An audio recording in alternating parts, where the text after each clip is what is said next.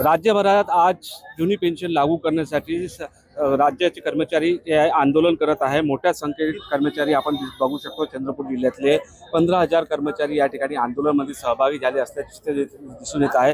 विशेष बाब म्हणजे जुनी पेन्शन लागू करण्याच्या मागणीसाठी हा आंदोलन आहे। त्याच्यामुळे कर्मचारी जिल्हाधिकारी कार्यालयासमोर हा आंदोलन करत आहे। आपल्यासोबत बोलण्यासाठी संघटनेचे अध्यक्ष आहे। नेमकी काय मागण्या कशासाठी आपण आंदोलन करताय?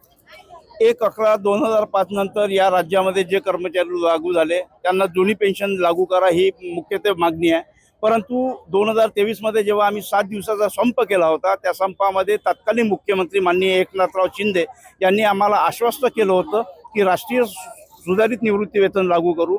त्याची घोषणा माननीय मुख्यमंत्र्यांनी तेव्हा तत्कालीन मुख्यमंत्र्यांनी विधानसभेत केली, GR काढला, परंतु त्याची अधिसूचना अजूनपर्यंत काढलेली नाही।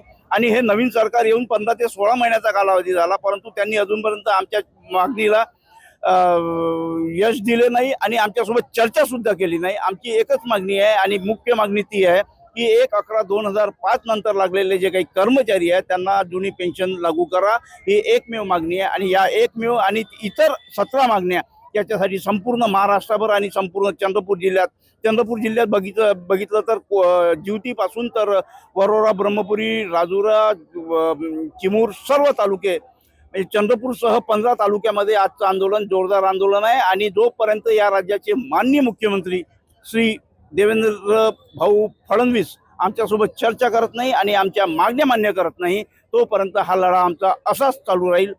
धन्यवाद। आपण बघितलं हा बेमुदत आंदोलन आहे, त्याच्यामुळे मोठा फटका पडू शकतो। त्याच्यामुळे लवकरात लवकर तोडगा काढण्याची मागणी या ठिकाणी केली गेली आहे। निलेश दहाड, TV9 मराठी, चंद्रपूर।